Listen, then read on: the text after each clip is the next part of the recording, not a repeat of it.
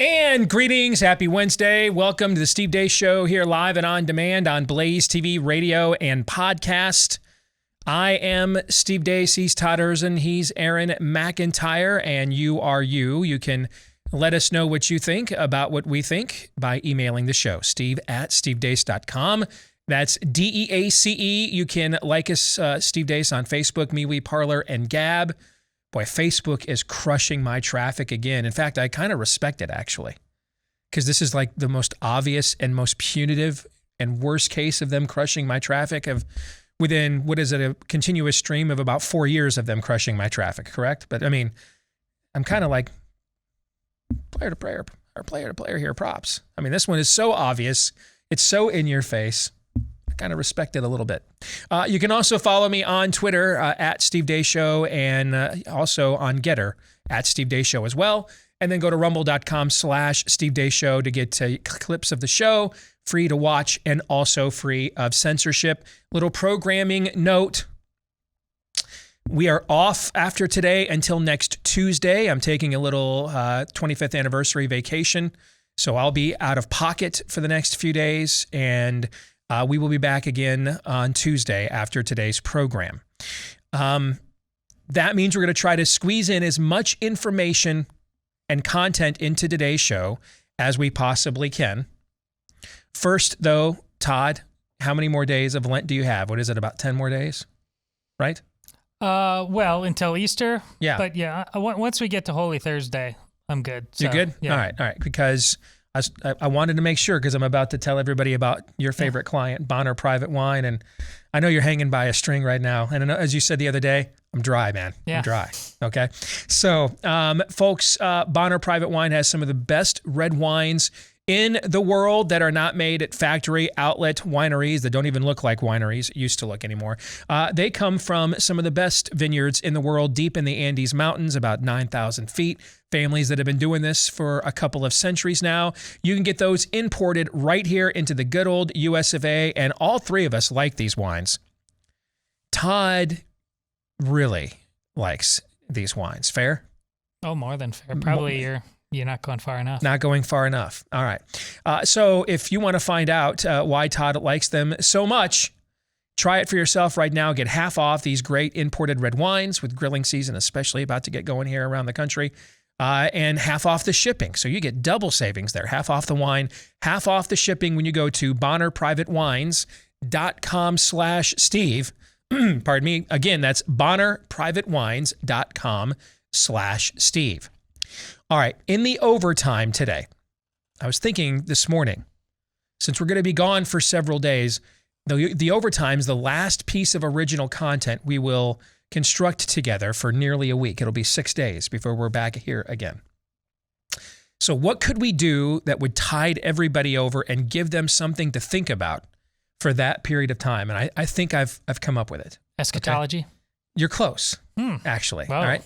So coming up in today's overtime, here's what we're going to do. And you guys are finding out about this right now for the first time. Correct. But I didn't want to completely shock you with it in real time as we're recording, because I wanted to give you some time to think about it. All right. So here is the question each of us are going to answer in the overtime today. What do you think will eventually happen or be proven to be true that you just aren't comfortable? Forget big tech censorship, just the responsibility you have with your own platform if that didn't even exist. So you're just not comfortable yet saying it out loud and making it a part of your public analysis. But you believe it is true, or it will be proven to be true or become true at some point in the not too distant future. What is it? It can be about anything. Anything. Oh, I got a list of like 10 things. But. Okay, and I because it's you. This has nothing to do with soccer parlays or preseason NFL games. Oh, I didn't even mean that. All right, this is like serious stuff that matters. Okay. All right. I love you have to rein in his gamble. It's not just that. It's just his. It's like he spends all of his serious thoughts on this montage every day. And the rest of the day, it's just like, all right, I'm done now. Back to the complete banal and vape it. Right? Lucky homeschool kid came in here. Yes, now And he's just now it's totally like, broken. Aaron, stop doing 10-leg parlays on some Euro soccer league we've never heard of. So this is serious. All right. What do you think is true, will be proven true, or become true in the not too distant future? But you're just not comfortable yet for whatever reason going there in public. And that's what the overtime's going to be today.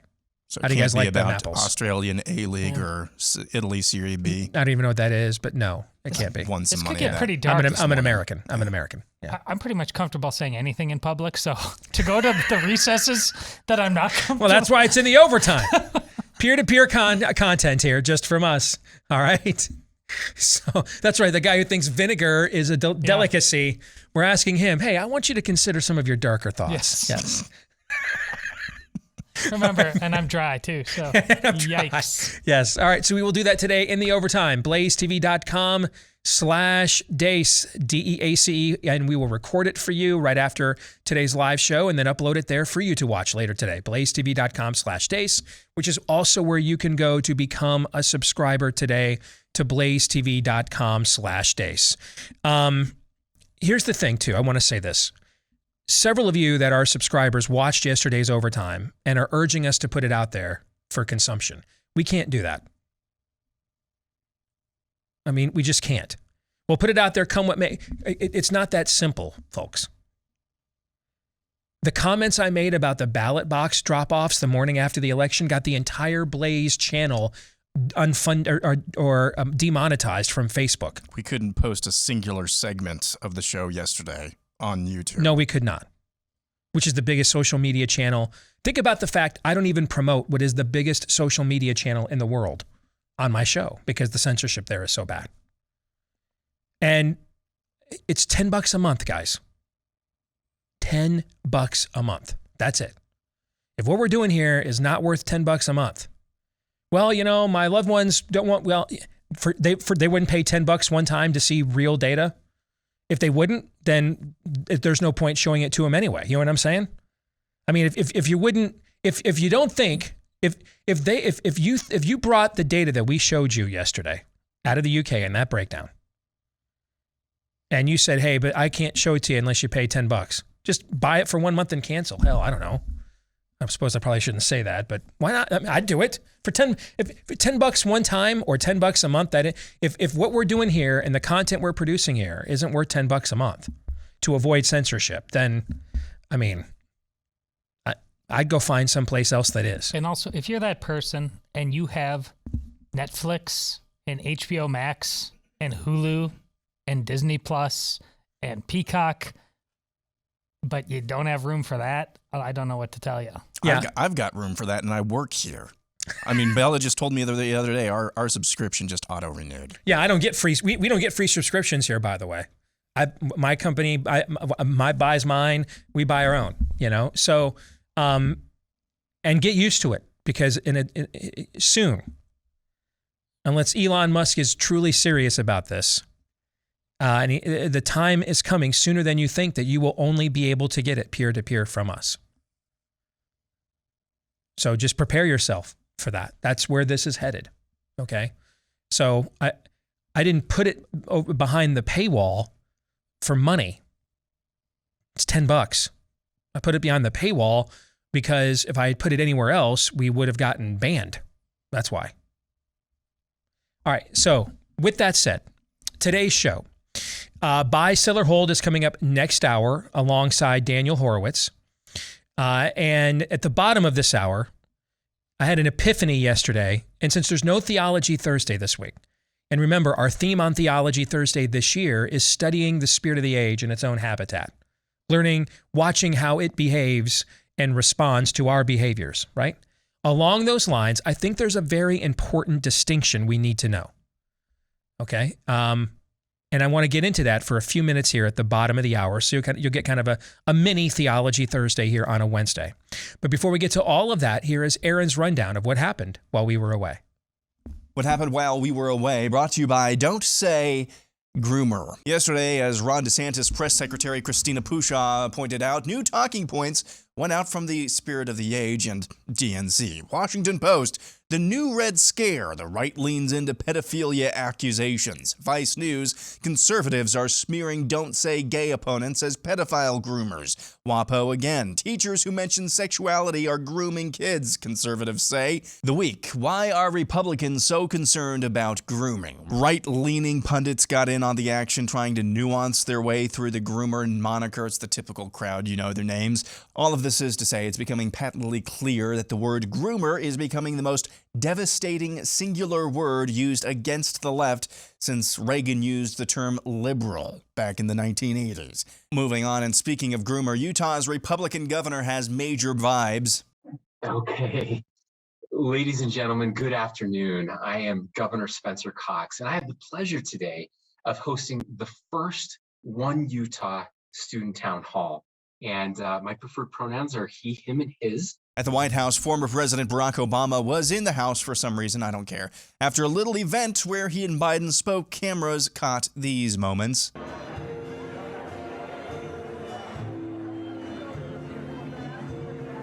For those of you listening, that's a confused, tired-looking Joe Biden being completely ignored by Barack Obama and Kamala Harris. Checking in on Donald Trump, vaccine salesman. I think very importantly, there are some people that say my greatest achievement was getting the vaccine, because the vaccine was said to take 3 to 5 years, and most people said it wasn't going to happen. And whether it's Dr. Fauci or anybody else, they all thought it was going to take a long time. And we had a possibility of having a 1917 Spanish flu result where perhaps 100 million people would die.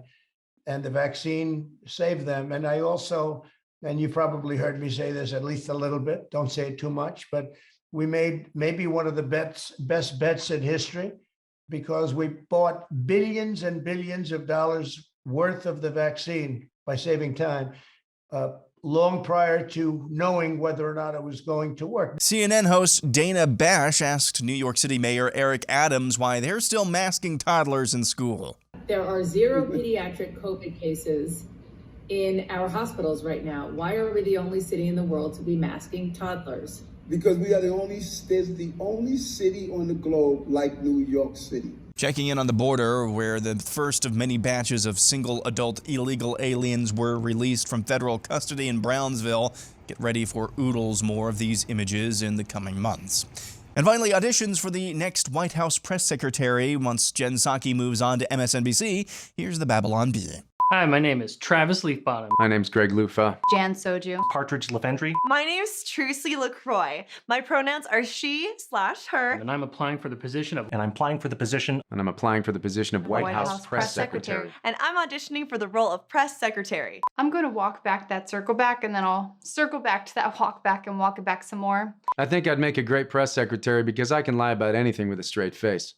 Watch this. The sky is green. The grass is blue. Rachel Levine is a woman. Now it's the time for us to do the thing that we have been doing. You want to see my dance moves? No. Why would we want to see your dance moves? I mostly want to be on Dancing with the Stars after I quit. Hi, I am here to answer your Sorry, hold on. Let me get in the space. I'll take a question from Peter Ducey. Honest mistake. COVID didn't come from a lab. Real communism hasn't been tried. And gas, sometimes prices go up. Pineapple belongs on pizza. Epstein killed himself. Can you stop that? Nope. Trump colluded with Russia. The British office is better than the American office. Are my eyes dead enough? Waves oscillating through and through. I can smile too. Look at this smile. I'm smiling with my mouth, but not my eyes. I can laugh too. Watch. And that's what happened while we were away. Wow. The dude lying with a straight face. I like that guy. Aaron's montage is brought to you by Built Bar, the single greatest protein bar of all times. There is no close second. Easy on the tummy, easy on your calorie count, on your carb count, on your sugar gram count. Packed and loaded, though, with protein, flavor, all covered in real chocolate. So many great flavors. I was rolling post-workout today with the mint brownie, which is, again, one of their tried and true originals, man. That's right in the original value or variety box that you can get before you even take a look at all the great specialty flavors. If you are the kind of guy that or gal, you go by that Russell Stover line, for the seasonal candies. And a lot of those are, some form of chocolate covered flavored marshmallow, right? That might be your jam. They've got a whole line of stuff called Built Bar Puffs, and they're phenomenal with a lot of great flavors there too. So they've got you covered. Snacking and eating healthy don't have to be mutually exclusive anymore. All right. Every one of their bars, 180 calories or less.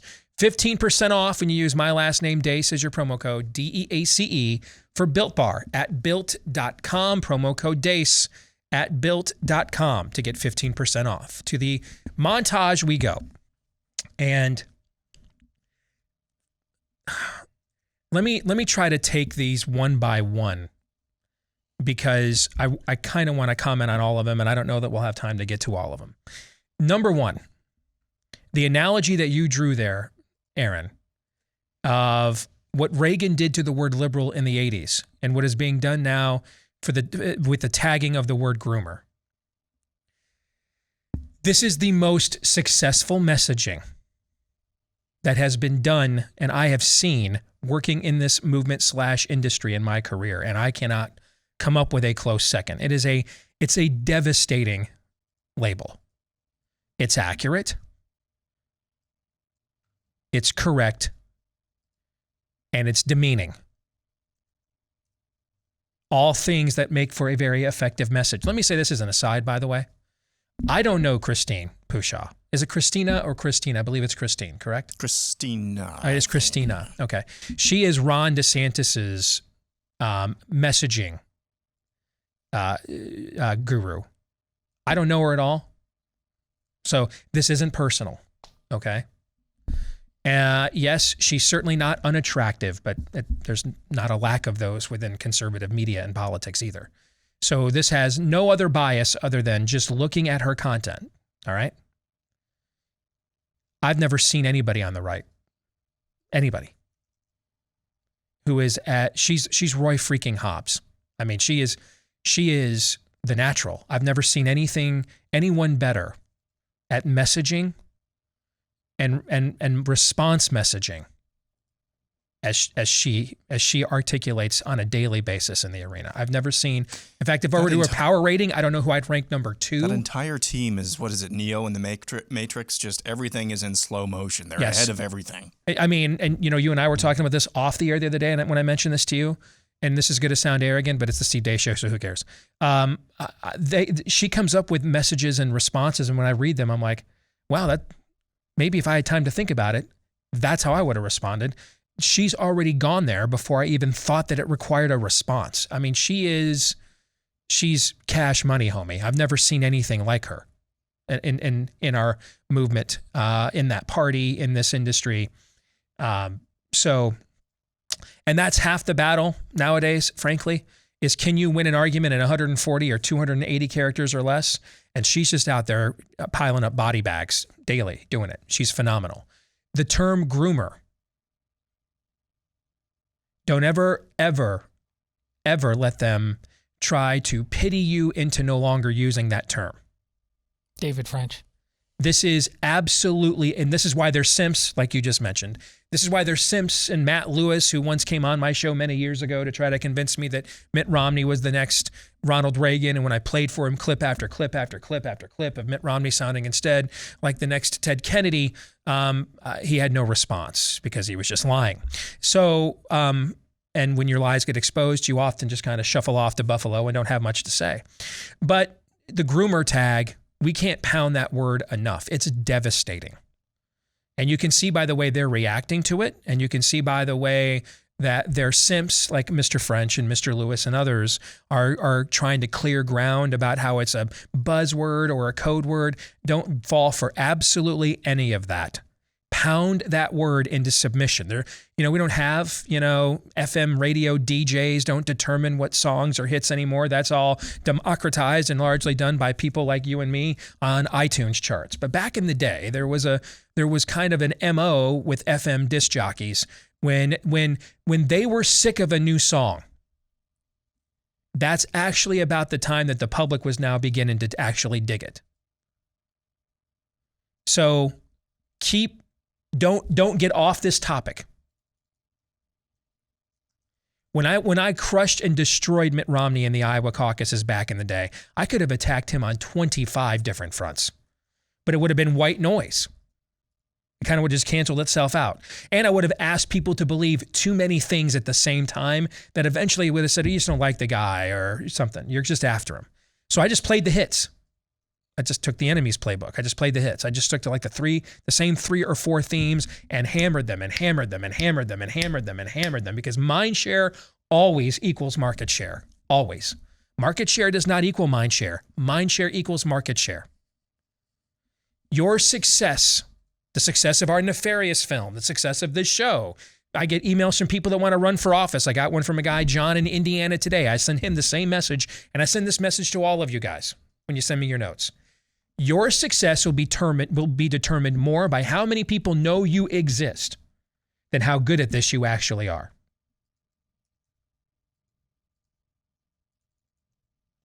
So our nefarious film the success will be determined by how many people know the movie exists, even more so than how good the movie actually is.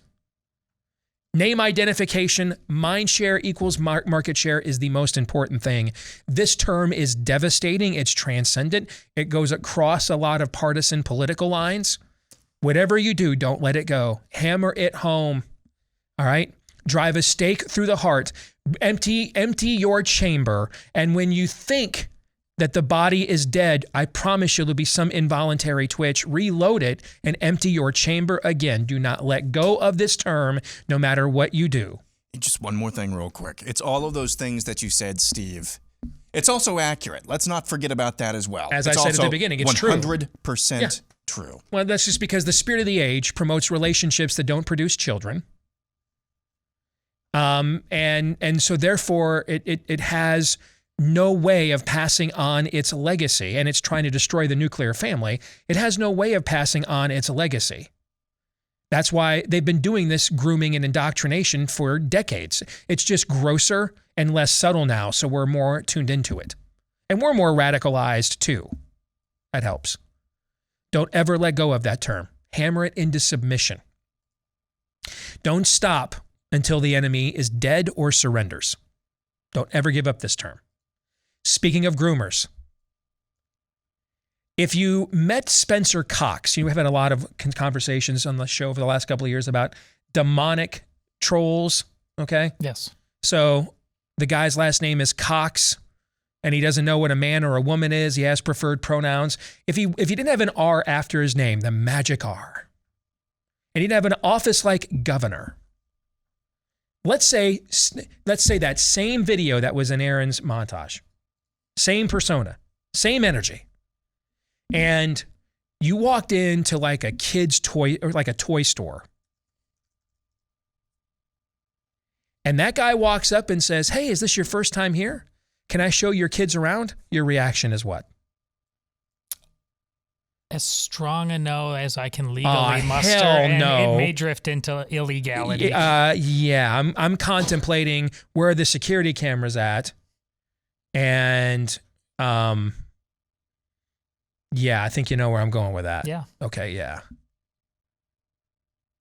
Utah, man. The problem is you just don't want to see it. You don't want to see it because the R is after his name, and you don't want to believe it. The church has been racked with scandals because we gave people the title priest or youth pastor, and we didn't want to believe it either because we worshipped the title. If there's any such thing as a groomer vibe in a minute 40-second clip with a guy in a suit and not drag queen storytime hour, it's that video.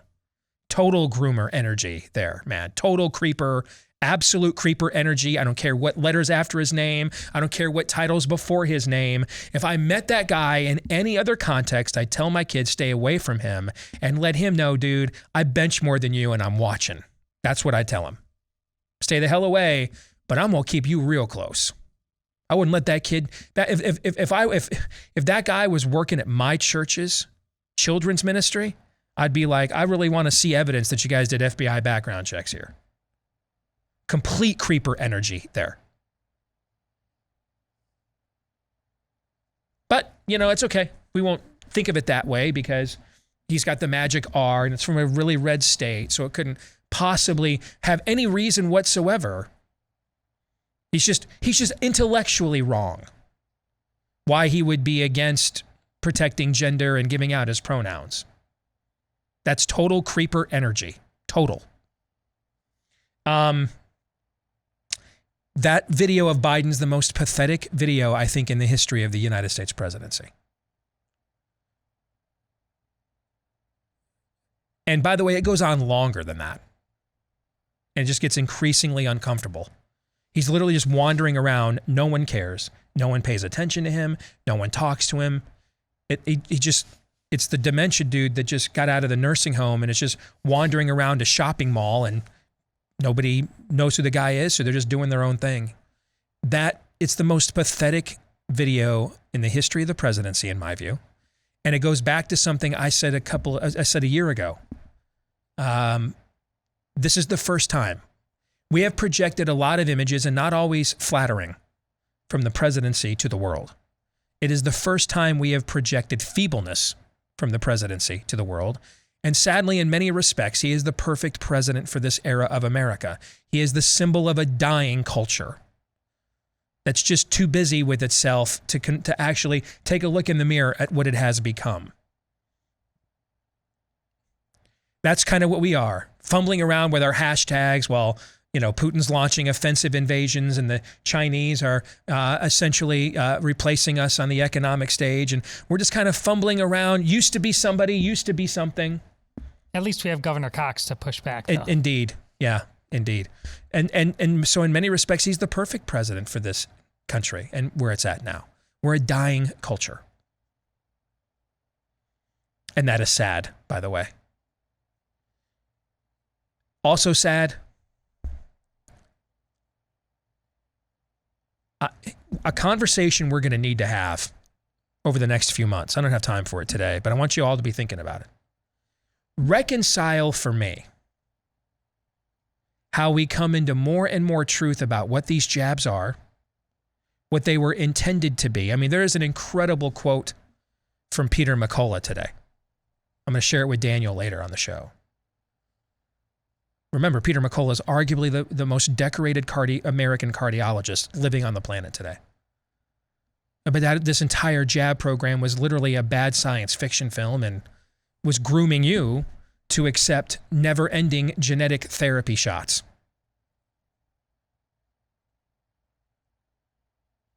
Help me.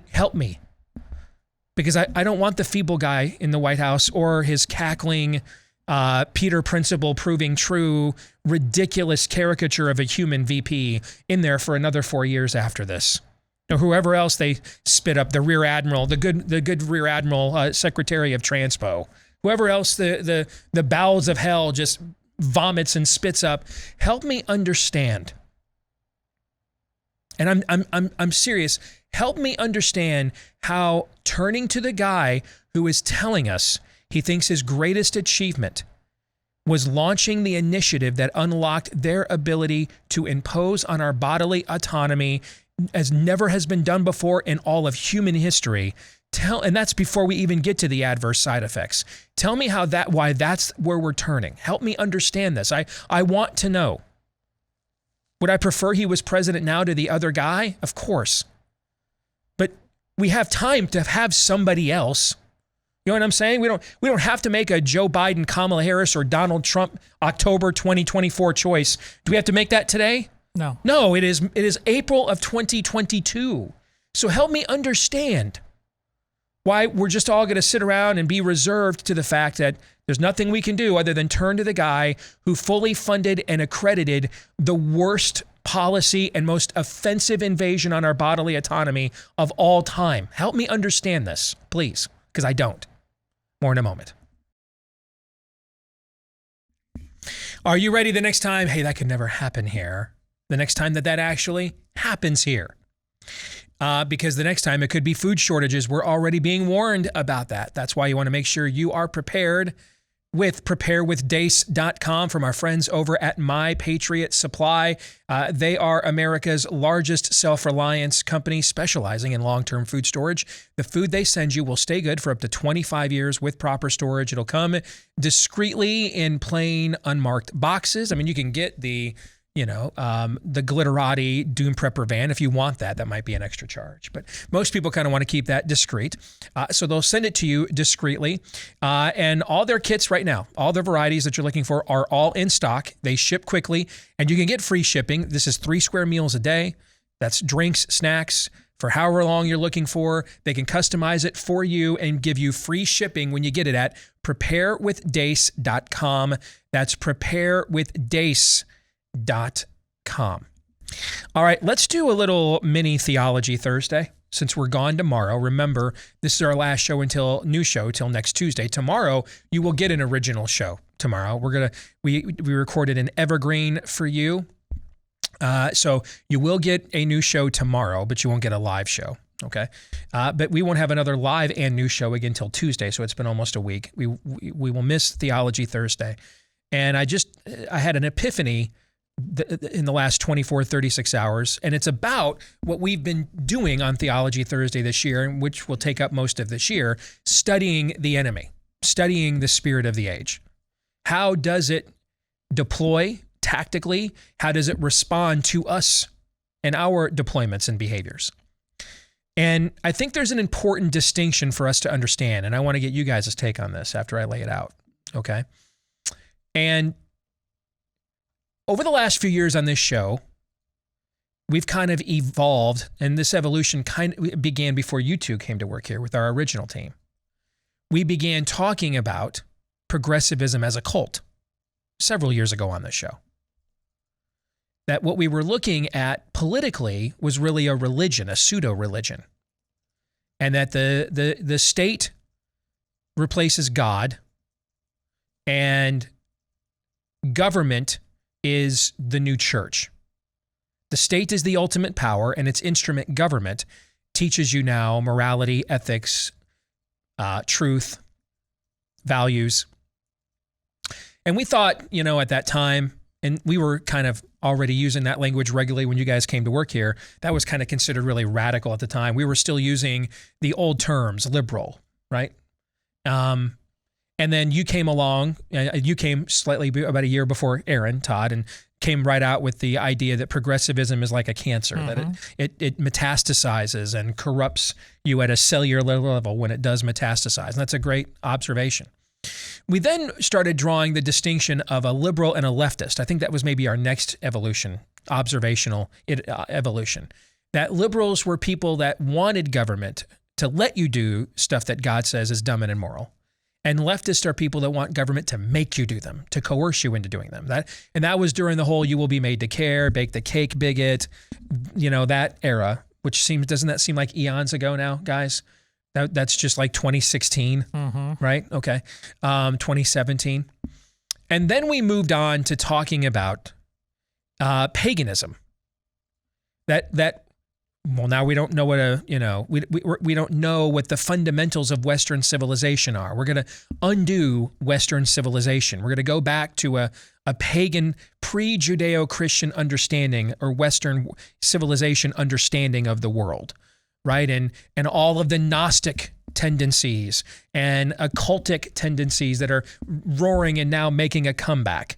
That's, and we started talking about how the new progressivism is really the old paganism, right? We had those conversations for a while. All of those iterations are still true, but I don't believe they are sufficient. Because if we are truly in the end game now, culturally, and I believe that we are, and it's one of my driving forces for this show, is I do think the clock is ticking on us generationally. I do fear if we don't use the peaceable means we have to confront aggressively now, what we will compel our children to have to confront in unpeaceable means later will be a judgment on us. But there is a distinction between something that is pagan and something that is demonic. There's a distinction between something that's authoritarian and something that's demonic. Because authoritarian, we've been using that phraseology a lot to describe recently. That kind of the new breakdown is authoritarians versus people who still believe in individual autonomy. And that's kind of created this emerging, new eclectic political coalition that we are seeing where, we're in, my audience right now, you guys have a higher opinion of Bill Maher from a credibility standpoint than you do with Sean Hannity, where I don't even know what Del Bigtree's politics are. I have no clue. You probably know more about that than I do. All right. But I mean, at this point, we are more interested in having him on the show than all the pitches we get all the time for your typical Team GOP spokespeople that I don't even tell you not to put him on anymore because you just you don't want him on yourself. Right. You put those in the circular file before I even have to say anything to you. Like that's so last year or 10 years ago, we don't care, right? I go full Kylo Ren and kill the past. Yes. Here's why the distinction between pagan and demonic is important, though. And here's why the distinction between demonic and authoritarian is important. We are seeing something unique here in the United States. Even Boris Johnson, who ran one of the worst lockdowns and insane lockdowns in the world in 2020, even he is willing to say biological men, which there is no such thing. There's just men and women. Shouldn't even be qualifiers on that. But even he is willing to say now biological men should not be competing against biological women. This is the guy that was at the EU summit a couple of years ago. Hey, we need to feminize the world. Remember those comments? Okay. Even he's willing to say that. We can't get our president here to say it. Why? And I think it's important to understand why also typical political means of pressure, like poll numbers, like let's stop doing what people don't like. What would Biden's poll numbers do if he just came out tomorrow and said, all right, we got to drill for more oil. Let's unleash the hounds. You know what I'm saying? Mm-hmm. Would they go up at least 5 or 10 points? At least. He'd at least go back into the 40s. At least back into the 40s. Do you think they're unaware of this? I'm certainly. Of course they're not. China is ruthlessly and immorally and viciously authoritarian. They also put their kids back into the schools during COVID lockdowns in 2020 as soon as they could, so they could continue the indoctrination. Remember how weird I felt throughout 2020 that I'm the homeschool dad here and I'm the one, we're like now suddenly fighting to open the schools back up. Why don't the teachers' unions want them to be open? Wasn't that kind of a weird juxtaposition? Yes, it was. Yeah, it was. Putin is a vile dictator. He's also adamantly against the rainbow jihad. So are the Shikoms, by the way. No rainbow jihad, no trainee madness over there in those authoritarian countries. Why? Because there's a difference between pagan and demonic. Once you've gone pagan or to a spiritual, religious, or moral viewpoint outside of a biblical worldview, that's what we mean by the term pagan. It can be capital P, like pagan is a real religion, mystical, occultic, okay, earthy. It can be a small p in that it's a general term to a moral, ethical, religious, or spiritual understanding outside of a biblical worldview or the Judeo-Christian worldview. So yeah, I would consider Islam to be pagan, for example. Hinduism to be pagan. I would. Within those pagan cultures, yes, they all have child sacrifice. Ours does. But outside of the child sacrifice, when they go authoritarian, children are to be indoctrinated, but they're not to be at a cellular level corrupted. They consider the legacy that they want to pass on worthy of being passed on. And so that's why when pagan authoritarians get a hold of a country The first thing they try to do, as Orwell astutely points out in Animal Farm, when Napoleon takes the puppy Dobermans away, and they appear mysteriously later on now as full-blown attack dogs. That's for he didn't take them away to teach them to not be attack dogs, did he? Mm-mm. Did he take them away to teach them to be cats? No. Did he take them away so that they would not breed more attack dogs? No. No. Did he? No. Did he breed them with other breeds? No. Because, hey, you're just a dog. Don't you want it? You want to get a release anytime you can get any kind of sexual satisfaction. Go over there and hump the poodle while you're at it. Is that what he did? No. No. See where I'm going with this? Yes.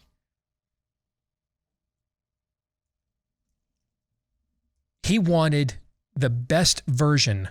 And if you know your Animal Farm, Napoleon is Stalin. He wanted the best versions of those breeds for himself. But he didn't want to disrupt the breeding itself.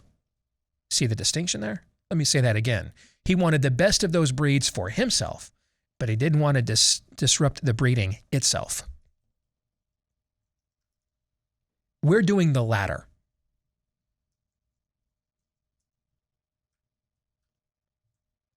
That's not paganism. Even within paganism, the idea of children is considered generically a blessing, particularly of the male variety. Walk into a supermarket in Seattle, Washington, or Portland, Oregon today with 4, 5, 6 kids. It doesn't matter what gender they are. You'll get nasty looks. Hey, why are you polluting the planet? That's demonic. The desire. Remember when we talked before about why The Exorcist so stunned audiences at the time? Because to see a tween girl on the brink of womanhood say those things that she says, engage in those lascivious, sacrilegious acts that she does, is real evil. Because what does the thing inhabiting her want to use her for? A symbol of sacrilege, of degradation, of destruction, utter corruption. Why does it choose a preteen girl? Why didn't it choose some 70-year-old man? Because it wouldn't send the signal and wouldn't be the symbol of corruption to us that it would be somebody that we view still as chaste and innocent. The desire that we have, that clip from Eric Adams in New York City, why are we still masking toddlers? See, what we did is we also did the worst job when it came to masking children of any other Western country. We're still doing that. Why? Because there's a unique, I believe, demonic insurrection in America. The spirit of the age has the power it wants in all these other Western countries. It doesn't have all the power it wants yet in this one. And also, this one's more powerful than all those other Western countries. So if it falls, it's the tipping point to the entire West. So it's one thing for us to go too far in protecting our children. That's an idolatry, right? Mm-hmm. We didn't do that. No. We protected ourselves from our own children. We cast our fears and inhibitions and our psychoses onto the children. The teachers, many of them morbidly obese cat ladies, didn't want to go back to school for fear that the students would give them the virus. And now you have to be masked up to protect me. I have children for me. I need emotional fulfillment. All the same instincts. Designer children. All the same instincts. This is demonic. The eagerness to corrupt the innocence of our children, to pollute them. Go back and remember the days of Dallas when it was the #1 show on TV. There was one person on the entire show in its 15-year run that J.R. Ewing never violated and always selflessly served. Who was it? Mama? John Ross, the son. John Ross Jr. Now, his mama slapped him several times, actually. Well, she slapped him. He didn't slap. But no, it was the son. Mm-hmm. It was the son. Why? Because that's his legacy.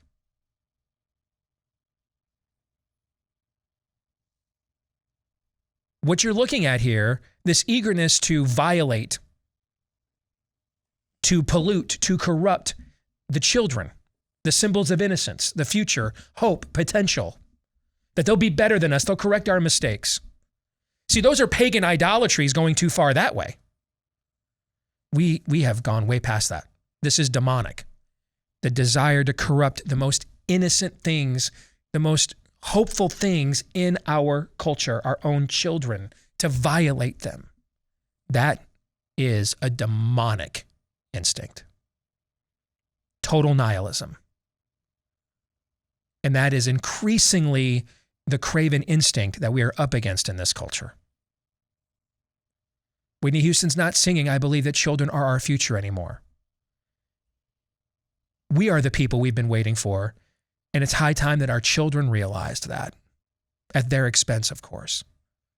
Any thoughts on that as a parent? Todd and Aaron, quickly? Oh, it's why in January, way before the term had gone viral, when a teacher called the cops on me for accurately identifying her as a groomer, I knew I had struck gold. It is their kryptonite. It exposes them at a cellular level. They can feel the walls closing in when you use it. So you're damn right, I'm going to use it again. And that's why you should too. All right, we'll come back. Hour 2 is next. We'll get to buy, sell, or hold. See if we can maybe lighten the mood up here at least a little bit since Todd is still dry. All right, we'll get to that here in a moment. Stay tuned.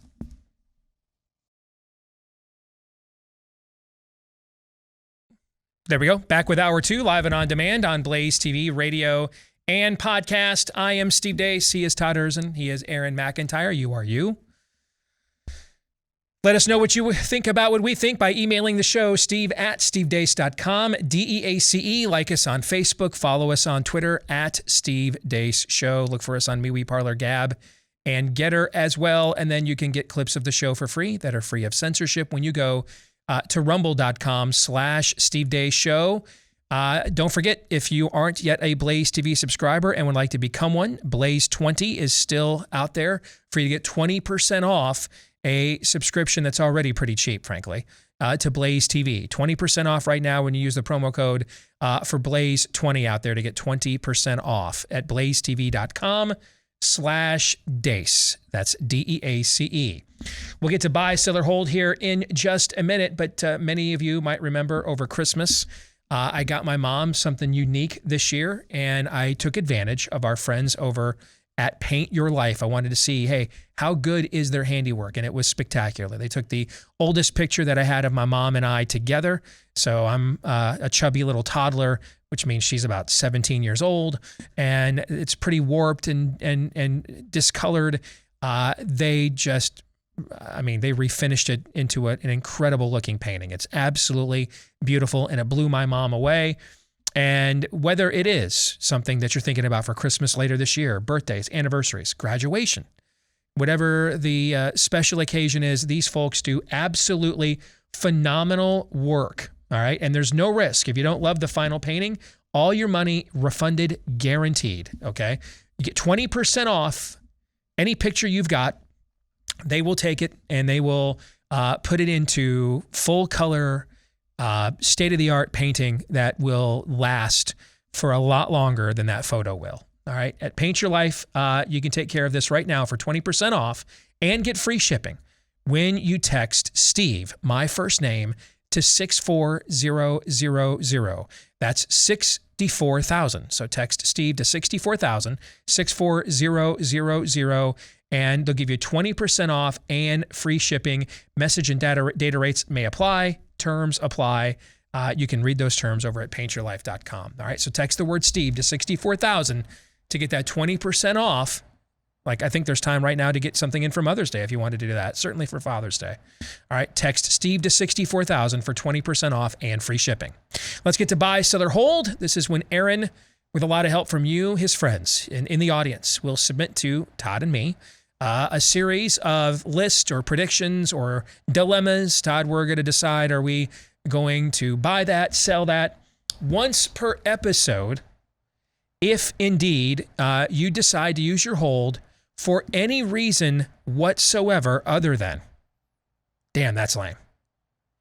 You've got to figure out where else Lindsey Graham was grinding away last night.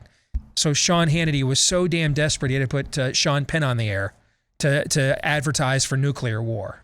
I will not.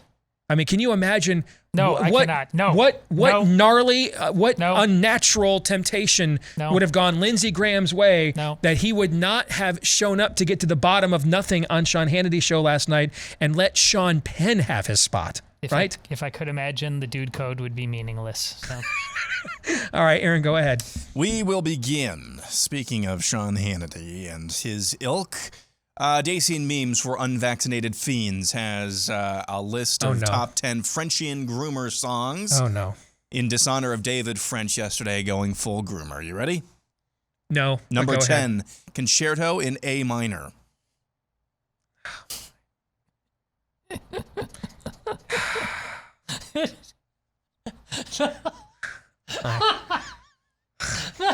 Should we just end there?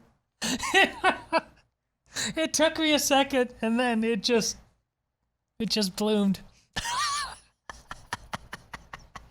What's even more unnerving is it's smart. If this is just like all really crass, you know, that's what makes it more unnerving. Is that's really smart. Actually, that's a pretty smart reference. So Alexander Rogers is sitting at home right now. You magnificent bastard. Yes. You want to keep going? Yeah. Number 9, Father Figure. Oh my. Number 8, Have I Told You Lately About Butt Stuff? See, I thought it would be more along these kinds of lines. When you came out with something really smart from the beginning, that kind of put me on edge. Okay. Number 7, Lola.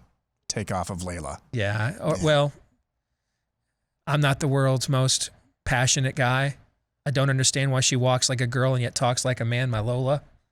Right? The Kinks. I see what you did there. Oh, yeah. There's that one. I forgot about that. I see what one. I see. And is it Lola or Lolita, the movie Lolita. about Lolita's the movie? Yeah. Okay. Gotcha. All right. Number 6, Down with the Sickness. That one, I don't get that one. You get that one? I don't get that one. I don't even. Isn't that... I don't know that at all. That is a song. Is it? Number Okay. 5, Tiny Dancer. Oh, come on. Oh, my. Uncomfortable. I'm uncomfortable. That's why it works. Yes, that's why it works. I agree. Number 4, Groomers in the Night.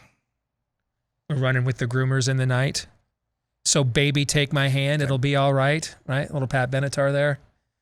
Yeesh. Number 3, Walk Like a Man.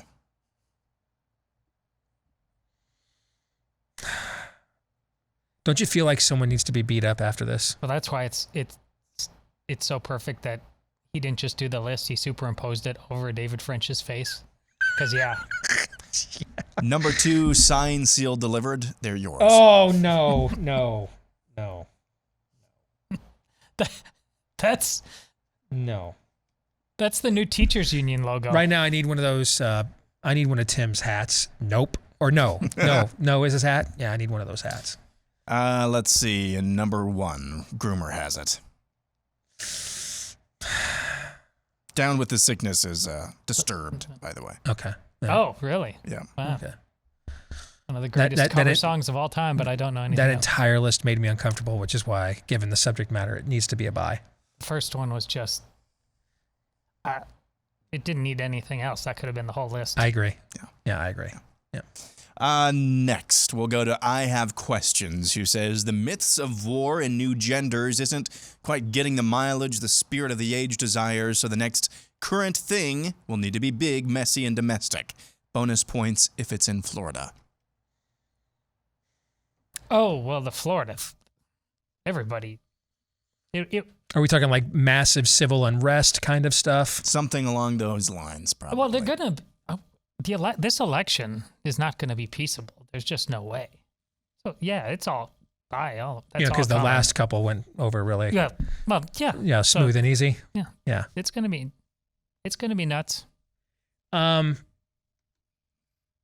I agree. That would be bonus points for Florida. I mean, you can see what's about to transpire at the border. Yep. I mean, you can see that getting, what was his wording again? Messy. Yeah, messy and domestic. I could see that getting messy and domestic at a meta level.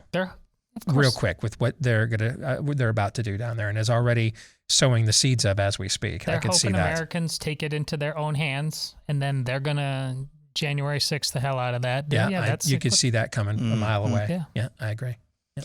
Next up, we will go to Joe Himes. The companies. Didn't I promise the audience that we were going to lighten the mood with this segment? You didn't tell me that before the segment happened. Joe Himes says the companies and people.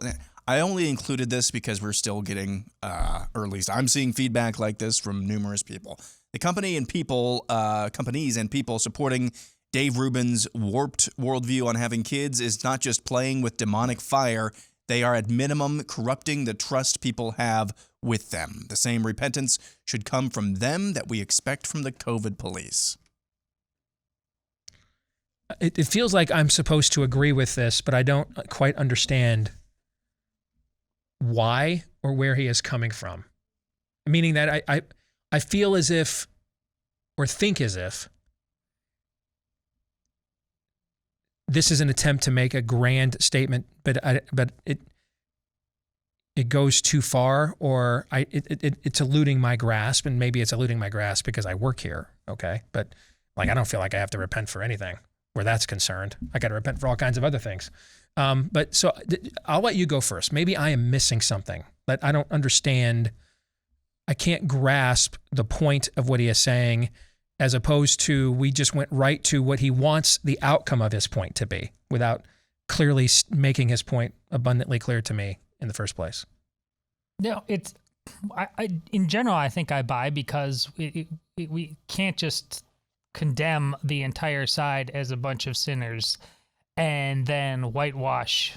Well, first of all, we shouldn't condemn anybody as a bunch of sinners, because such as once were some of us, but I see what you're saying. Well, that's my point. Yeah. That's exactly my point. And I think that's what he's getting at. We don't get, we broadly speaking, and he's speaking very broadly, cannot get away with holding ourselves to the same standard. And that's the worry that clearly people brought up with Dave Rubin, is that there were two sets of rules, and hypocrisy was very much rank, perhaps here and within conservative media. Well, I would also say, I mean, we're still having a conversation about this on this very platform right now. Yeah, I agree. I mean, tell me where else you could go right now, anywhere in American media that has anything other than, tens and tens of followers, okay, where this level of introspection and contrarian viewpoints over your own stable of talent and their assertions would be permitted. I agree. That's why if he was talking about specific guilt as it applied to us, and I don't think he is, because I think we demonstrated in the last couple of weeks exactly what you're talking about. But broadly speaking, we recognized that 2 weeks ago. I will also tell you, I don't have time. I don't know what every other I know what Allie, I know what several people in our platform think, because a lot of them contacted me.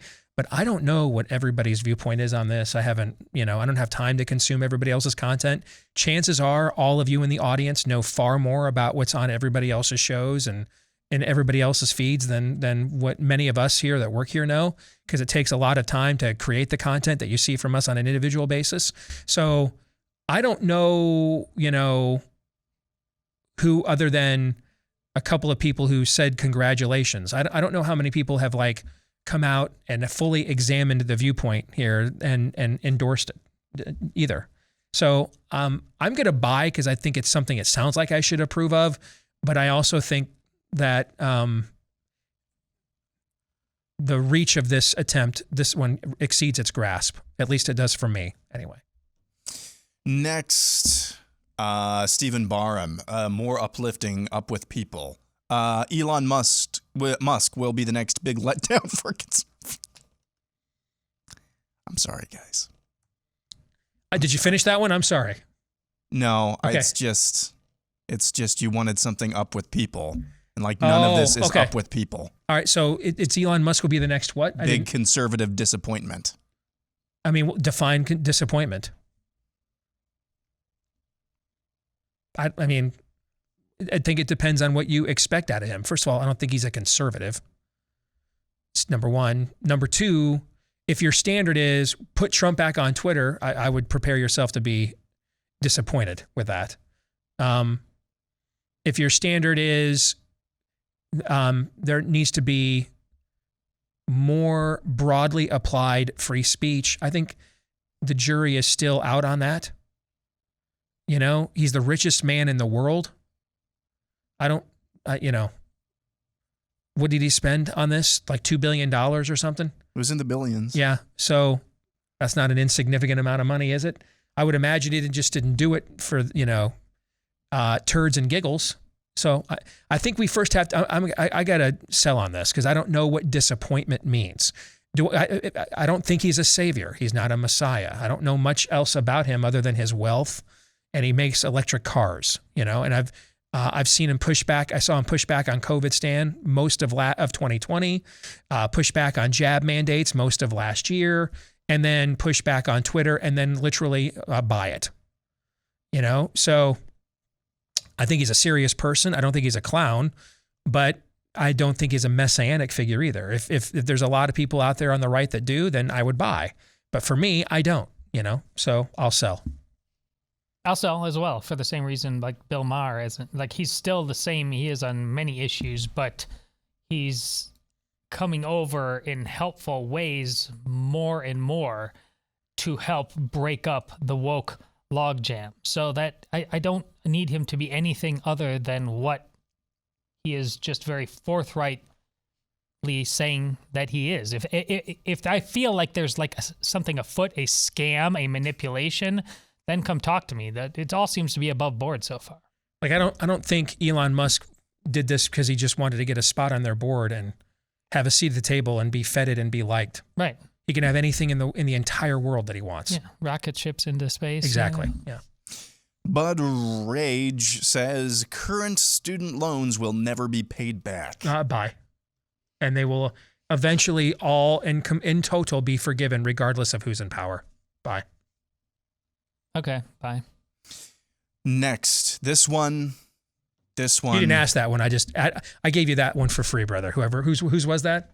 I can't even remember. Okay, now. so I took yours to another level. I gave you that through that one and a little value added for free. This one, James Doulas, put in, I could tell, a lot of time and effort. Oh, nice. We've got an acronym. I like it. Okay. The hierarchy of the DUDE code. Dacian Universal Dude Edict. Okay. Maybe you should change that to ethic, maybe, but it's still a wonderful acronym. It's like a food pyramid here with different levels. So we'll start at the foundation. This is called what James calls the fixins. Shame and be shamed for dude violations. Avoid traditionally and statistically feminine traits. Treasure and spur competition. Is that the foundation? Yeah, I'm okay. Well, I mean, there's an obvious foundation. Okay, fear God. Well, you guys are getting ahead of yourself. Okay, we're getting ahead of ourselves. Okay, all right. I think as you see this play out, all right, I got you. You'll understand what he's cooking here. Next up, the works. Abide in sincere comedy. Recognize game. Work smart, then hard. I'm down for that. Totally down for that. Yeah. Sure. I like it. Yeah. The next tier, house in order, honor your kids, serve and protect, rejoice in truth. All right, man. Now you're just, what's next? You're asking me out. You're just singing. This is just my love language now. So I'm in. Yeah. Yeah. Good. The covenant, honor your wife and reject passivity. Come on now. Now we're preaching. Yes. Okay. And here we are now. All right. I need a pulpit. Find me a pulpit somewhere. We are all right? at the pinnacle. Preeminent. Honor God. That's perfect. That's perfect. I mean, that's graduated magna cum laude from Dude University. That's so good. I should try living up to that more often. That's how good that is. I should really aspire to live up to that more often. That's really well done. Yeah. Wonderful job, James. We go on to Austin now. Top 5 college sports upsets of all time. Of all time? Of all time. Okay. And just college. I have to. Okay. I have to assume he means all time. Number 5, Stanford versus USC. That was in 2007. That's actually pretty good. By point spread, this is the largest upset in college football history. It's even bigger than Michigan Appy State. Stanford, it was like a 41-point underdog or something in this game. But it's pretty oblique, man. You know, or oblique. Obscure. Obscure. Thank you. Okay, because it's the largest point spread upset of all time, I'll buy it. Okay, but it is. Can I obscure. see the list again? I know. Sure. I don't know. Yeah, it doesn't. I'm selling. Okay, you're selling. Yeah, and I'm fine with selling too. But I get why it's there. I understand why it's there, and I respect the work that he put, knowing that was by point spread the biggest upset in the entire history of college football, and college football is by far the biggest college sport, right? So. Okay, I'll put it there. What's not on the list, and we'll get to the rest of the list, like when Notre Dame ended UCLA's win streak, for example, right? Something like that maybe belongs on the list. Okay, yeah, we can get to the rest of the list. Yeah, okay, go ahead. Number 4, UMBC, the 16 seed, the only 16 seed to upset a number 1 seed. That has to be on Virginia. the list. Yeah. That has to be on the 2018. list. Yeah, absolutely. Number 3, NC State versus Houston in 1983 in the NCAA tournament. I'm fine with it being on the list. First college basketball game I remember watching as a kid. NC State had to win the ACC tournament just to get in the NCAA. And they had to beat Michael Jordan in North Carolina in the final game just to get into the NCAA tournament. And so I mean, then Wittenberg. Oh, that's a long way. Yeah. I still remember the TV call. So yeah, I'm fine with that. You bet. Jim Valvano. By the way, that Biden video, does that not look like Jim Valvano, but dementia Jim? Remember after that game where Valvano's running around looking for somebody to hug because everybody's preoccupied? Yeah. Isn't that what Biden looked like, but the dementia version? Just walking around looking for somebody to engage with and in a large function, but no one will pay any attention to him? See, you're not ruining the fun thing with dementia, Joe. Sorry for the desecration. Number 2, Villanova versus Georgetown in the 85 NCAA tournament. Still one of the greatest single sporting event moments I've ever seen, like a miracle on ice kind of a college basketball game. Now, Villanova had pulled a lot of upsets to get that far. All right. They're the only team in the modern era seeded lower than 7th to win the NCAA tournament. We were the number 1 seed that year. They beat us in the second round. They beat Memphis State, who was great. They beat Georgia Tech, who was great. And then they turned around and beat Georgetown. I'll never forget at halftime, Billy Packer, I think Villanova was up or down by 1 and had shot like 70% from the field or something. And Billy Packer tells Brett Musburger at halftime, Brent, there's no way they can hold on. They're going to basically not be able to miss a single shot in the second half at this pace. And you know what? They missed, I think, 1 field goal in the entire second half and pulled off that incredible upset. So cocaine is a Cocaine's a hell of a drug. Was it Dwayne, the point guard, who went to the Reagan White House, coked out, right? Wasn't it him? Yeah. Number 1, Appy State versus Michigan. I can see why it's there. Yeah, I mean, a FCS team beats a top 5 team, the winningest team of all time. It was the first game on the Big Ten Network. It certainly belongs on the list. I don't know that it should be number 1, but I'm okay with it. It has to be on the list. Yep. Yeah. All right, moving on. Jerry Van Oort says, Donald Trump is reinstated on Twitter before the midterms. Sell. Buy. Might they just be desperate enough for your principle, like because they need him to talk more. Yeah. It's no coincidence that he's more popular the less people see and hear of him. Yeah. Because now you're just looking at how better his policies were to the other guy, and the filter of his grating personality isn't there to remind you of how grating it is all the time, right? Like the thing where after DeSantis does the groomer thing and punks them on the groomer bill, like the day after when Trump comes out with his press release about a hole-in-one that occurred like 3 or 4 days earlier or whenever it was, okay? That's the kind of thing that if it had been on Twitter, that's all the networks would have talked about. It would have just been nauseating. It'd have been grating. He just thinks it's about him. The other day when he said when he said that he hoped Putin would unleash more thoughts of or more evidence of Biden corruption, if he had tweeted that out, that had been the only news story the whole day. Trump playing up to his boy Putin. You see what I'm saying? Yeah. All these things are gone now. And they're not, and because I think if you're not, I know a lot of you are like, Twitter's not America. It's not. I don't have a Twitter account. You don't. You're not alone. About 80% of Americans don't. But Twitter is where all the news narratives are formed and fashioned. It's the new AP wire. It is where all of us that work in this business, we congregate here. And we hash out and iron out our talking points and our narratives before we share them with all of you. They get adjudicated in this Twitter space. And so this is why I've got to remind myself, we need to have Shannon Joy back on because you got banned from Twitter. Yeah. This is why I have to remind myself that Alex Berenson is still alive because he got banned from Twitter. Okay, because in the world in which we live in, this is our ecosystem here. This is where Elon Musk is right. It is the town hall, basically. Our narratives get hashed out with both sides in Twitter. That's where news narratives are formed. And so Trump can say and do all the stuff that used to annoy and nauseate people that he would put on Twitter, but if he's not saying it on Twitter, and frankly, a lot of people in this industry are lazy, if he's not saying it on Twitter, they just don't catch it. And they don't amplify it. Just like if Emerald Robinson or Alex Berenson put it on their Substacks, to much of the media that gets its narratives from Twitter, it's like it never occurred or never happened. So I don't think it's a coincidence that his numbers, and it's not just that Biden's unpopular. Trump's favorable numbers are improving. He looks better, and it's not just by comparison.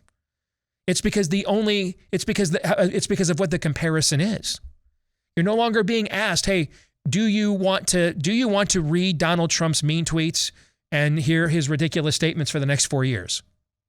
Now it's just, what do you think about paying $2.20 for gas instead of $5.20, right? What do you think about having a lot more money in your pocket than 40%, 40-year high inflation instead, right? Now it's just a straight up, Pepsi challenge. It's product versus product without the persona. His product is very sellable and good. His persona is not. I know that grates a good portion of you in our audience because you love the persona. You're also part of about 30% of Americans who do. 70% of Americans don't, including a lot of people who voted for him. Us, okay? Most Americans can't stand it, actually. So that's the longer he's off that platform, the better. He'd actually do better if Truth Social failed. Because then he'd just go on that platform and do all that stuff that annoys and grates and people can't stand, So your argument is that they put him on there in order to wreck the midterms, right? Yeah. Here's the thing though, it gives him a win. Yeah, it's a win of diminishing returns. He can win that, but it's why Eric Adams, the minute Kyrie Irving said, "Okay, I'm not playing unless you get rid of the vax mandate." It's why Eric Adams in New York City did not get rid of it the next day, but waited a week and then got rid of it for him because he didn't want to give him a win. Didn't want to make it look like you pressured us, you leveraged us. I don't want to set that precedent. They don't want to. This is what idolatry does. They're so blinded by their idolatry of him, they can't think the way that you are thinking. You see, you don't have an idolatrous view of Trump, so you can look at this critically. The people running this stuff in Silicon Valley that are tweeting out, "I have to quit my 7-figure job because Elon Musk has 9% ownership of Twitter, and the racist will get to talk again." They aren't thinking that way. They don't want to give Orange Man Bad any kind of a win, even if it's a one-day headline that then may bury him later. They're not thinking that way. They're just thinking about, he'll trigger me today and I can't handle that. That's the way they think. Before we move on, parents, we've been talking a lot about parental rights.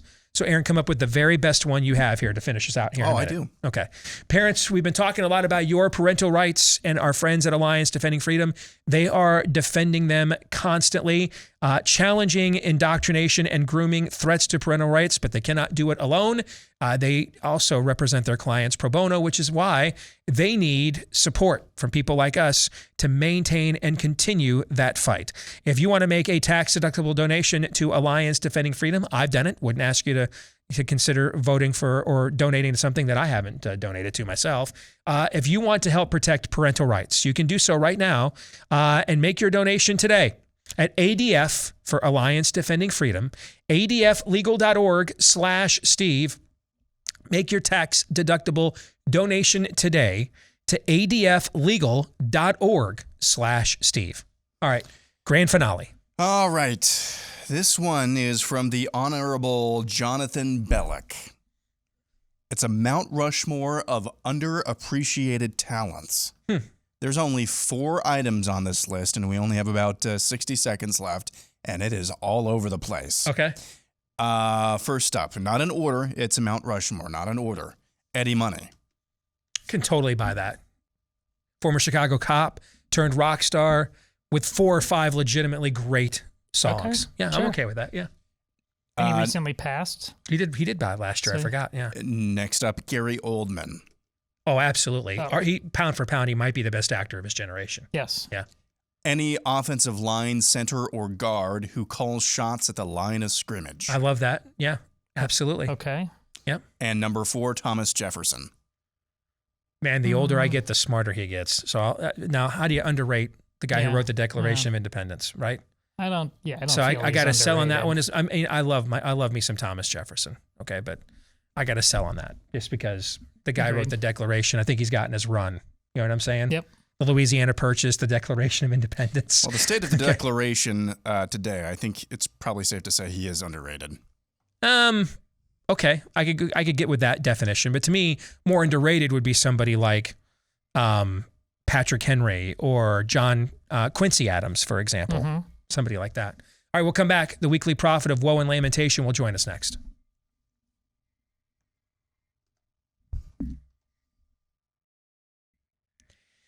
When running a small business, especially human resource issues can be a killer, whether it's wrongful termination suits, minimum wage requirements, labor regulations, especially with the outfit in charge right now. And by the way, HR manager salaries, not exactly cheap. They average about $70,000 a year. That's why you want to take advantage of what our friends over at Bambi do. BAMBEE, just like it sounds, BAM and B. BAMBEE. They were created specifically for small business. You get a dedicated HR manager, help you craft HR policy, maintain all of your compliances month to month. No hidden fees. You can cancel anytime, and all for just $99 a month. You cannot beat that. They can take HR from one of your biggest weaknesses to one of your biggest strengths right now. Schedule your free HR audit when you go to Bambi, BAMBEE, Bambi.com/Steve. That's Bambi.com/Steve. Get your free HR audit and learn more today at Bambi.com/Steve. Let's bring in the weekly prophet of woe and lamentation, the one and only Daniel Horowitz. It is good to have you back with us on the program, my friend. How you be? Great to be with you, Steve. Sorry for the funny video today. That's right. You got the totters and up close. In fact, it works for you. It's even more unnerving. Okay. Yeah. If it's possible to flip your camera 90 degrees, that it might be a little bit the better angle. It's just we can't coordinate this when we come back from break, unfortunately, and that's right when Daniel's internet went out. It happens. He lives in the great state of Maryland with one of America's finest governors, Larry Hogan. Daniel, I want to share a quote with you from Peter McCullough. He put this out on Twitter earlier today. And I can keep in mind, everybody, Peter McCullough was arguably the most decorated cardiologist America has produced as a country and universally recognized within that elite company prior to COVID. This guy's resume prior to COVID, beyond dispute. Fair, Daniel? Yep, he was not one of these right-wing doctors. No. So this quote just stabbed me in the gut when I saw him tweet this today. Quote, "This was designed to promote mass formation and prepare population for acceptance of mass genetic injections. Entire plan has been like a science fiction movie gone bad.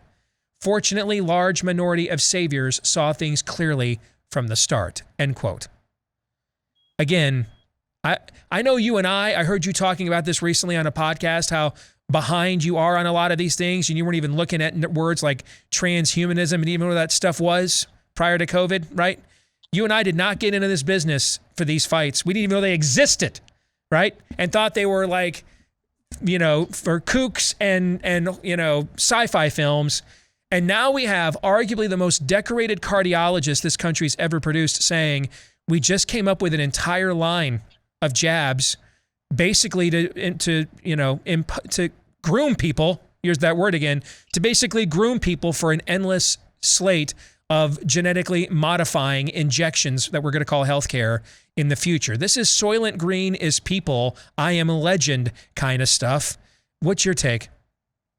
You know, recently Sacramento's ABC affiliate did an interview with Fauci, and he said something very revealing about Moderna, which is pretty much his baby.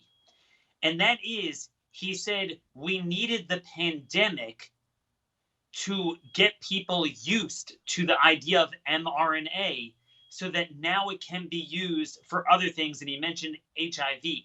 And I thought, it just clicked in my mind. I was like, wait a minute.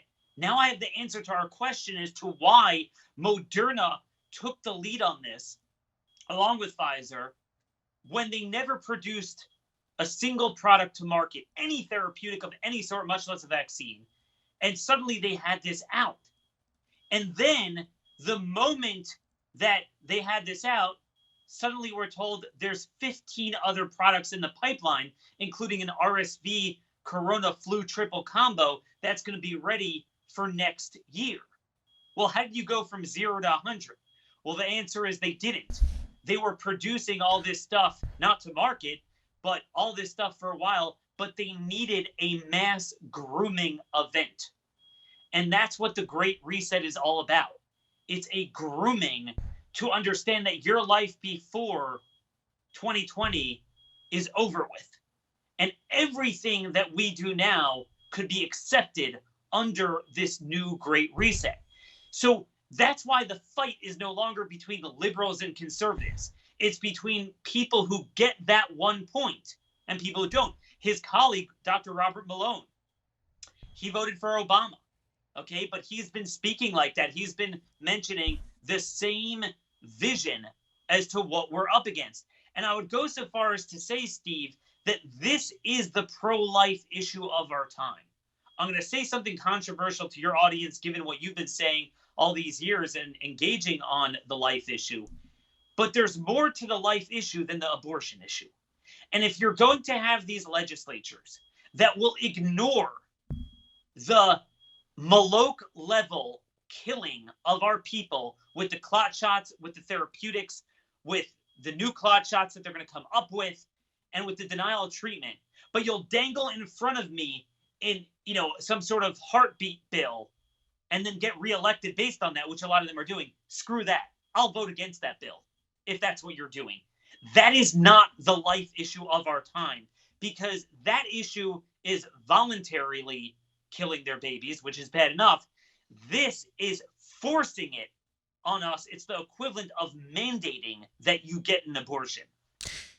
Your podcast recently, and folks, you should listen to it if you're not already a subscriber, but you were reading from an article out of Science magazine in December, I think it was, of 2019. So right before literally all hell broke loose. But again, this isn't from, this isn't from Alex Jones. This isn't from Gateway Pundit, Conservative Treehouse. This isn't from us, okay? This was Science. This is their journal, all right? And tell our audience what this article was that you were reading from. Sure. They have a technology that was patented by Moderna's co-founder at MIT to basically put in these chips in you. Lipid nanoparticles are not just a medical technology, but also it has tracking devices there as well. And they mentioned for the purpose of QR codes tracking to see who got a vaccine.